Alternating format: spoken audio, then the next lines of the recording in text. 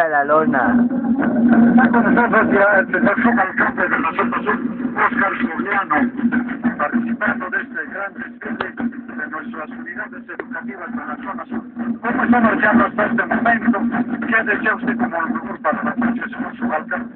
Bueno, feliz, muy contento porque estamos haciendo un despliegue de nuestros jóvenes, nuestros niños, nuestras niñas, nuestro civismo en este que es un tradicional desfile cívico-estudiantil que lo hacemos todos los años en el macrodistrito sur.